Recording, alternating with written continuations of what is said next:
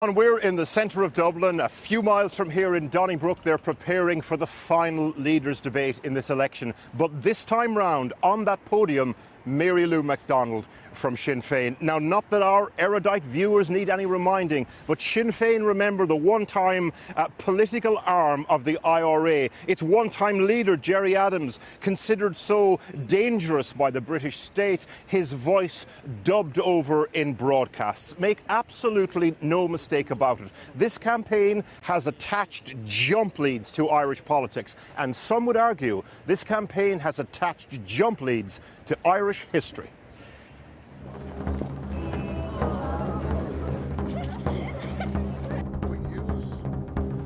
The Irish general election up close and personal. There hasn't been a vote cast yet, Boric.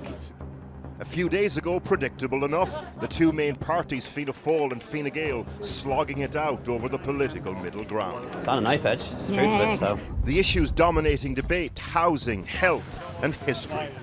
I was like you one time. So no.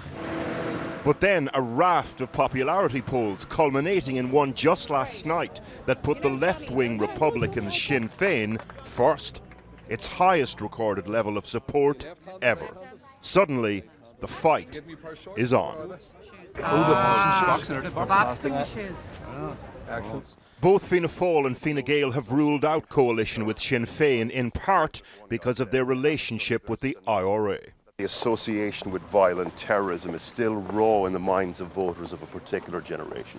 What's your message to those voters? Well, look, this election is about building for the future. I'm conscious. Do you appreciate that, where they're coming from, though? Look, I appreciate everybody who experienced, who was hurt in the course of the conflict. I also know that it's over. Yeah. For some young Sinn Féin activists, it never began. An estate on the outskirts of Gorey, County Wexford. These the developments that mushroomed during the boom, abandoned during the bust, but recovering. The Sinn Féin surge, young voters in places like this. Everyone I know is voting Sinn Féin, number one. That's awesome. We're going to do it. Change. Cheers. It is time for change. The people bringing the message, born after the Good Friday Agreement, socially liberal politics forged in the recent referendums on marriage equality and abortion. Yeah, well, I joined Sinn Féin in 2017 when the repeal campaign was the most active, and that's one of the main reasons I joined, was because I saw Sinn Féin as the party who were for equality, for feminism, and having a female leader, and hopefully the first female Taoiseach in Dáil, I think is really important for me. But then, a sobering voice from on high, an older Sinn Féin voter. What are you going to do if you can't get into power? And that's the sticking point. The other two main parties have said no coalition with Sinn Féin, and one party winning outright won't happen.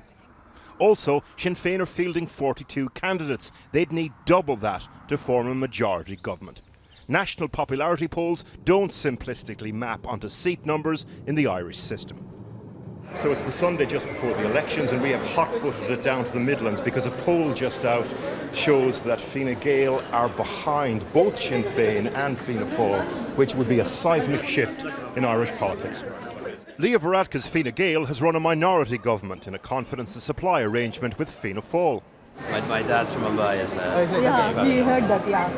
He's presided over a healthy economy, robust Brexit negotiations, and after all that, Sinn Féin now snapping at his heels.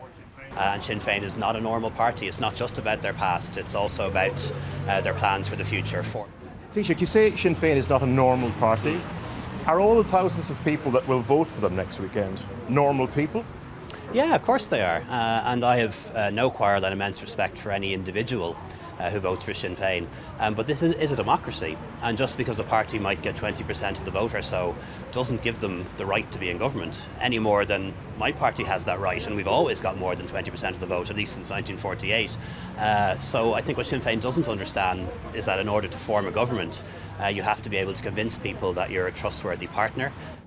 There are other smaller parties, of course, as well, and other coalition combinations, most likely, though, to involve either Fine Gael or Fianna Fáil. In Burr, County Offaly, their leader, Micheál Martin, a prospective Taoiseach, although scarred by the financial crisis, only a fool, they say, underestimates Fianna Fáil's ground game.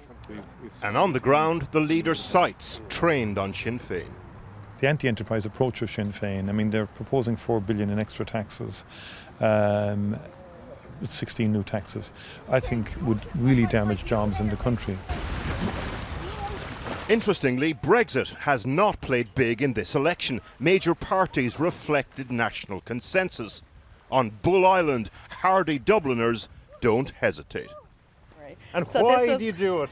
Because you feel great when you get out. You just feel tingly and brilliant. You feel more alive than you would otherwise. I haven't been in the A little like exiting the European Union. No, well, exactly, completely the opposite. Sinn Féin has said that a border poll on Irish unity is a red line for them in coalition, but just yesterday rode back on that. They don't want to be framed as a single-issue Republican Party. Many young voters believe they're not. I think Sinn Féin are doing a really good job of playing into the zeitgeist of all the things that people of my generation are really passionate about. Some older ones, not so sure. I think back of all the bad things that happened over the last 30, 40 years. It hasn't gone away. I don't think we haven't had long enough a time to think about it to bring them into the fold. The fact that the election is on a Saturday could be significant in terms of young people's turnout.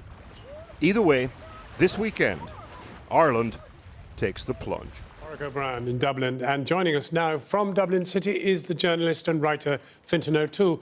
Fintan O'Toole, you wrote recently there can be no progressive government in Ireland without Sinn Féin. Now, you're no fan of the IRA. What's come over you?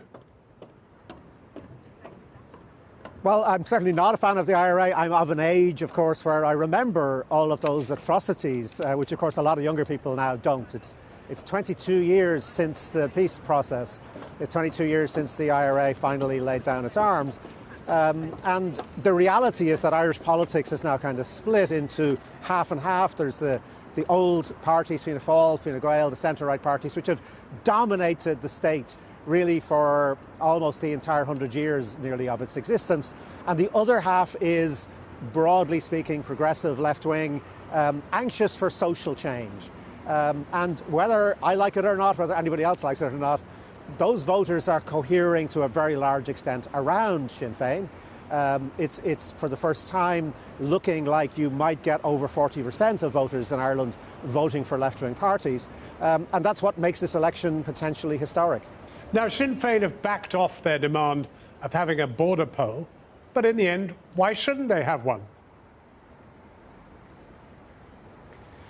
Well, it is interesting they've backed off it, John. You're absolutely right. You know, they realise that there's a little bit of a sense in the Republic of Ireland of let's have Irish unity, oh Lord, but not yet. You know, people realise it's a very complicated business. People realise that you really have to have reconciliation on the island before you're going to get unity.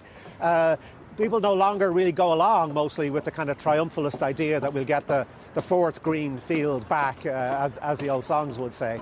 So I think Sinn Féin is responding to what it knows public opinion in the south is, which is, yes, people know that with Brexit things are changing, but they also realise that this has to be a very delicate, generous, open process of engagement with unionists in Northern Ireland, and that simply having a border poll next week would change nothing. It would just make everything more divided and more bitter. Could we wake up on Sunday morning and find we've got a Sinn Féin in coalition with the other two parties that have run Ireland for all these years?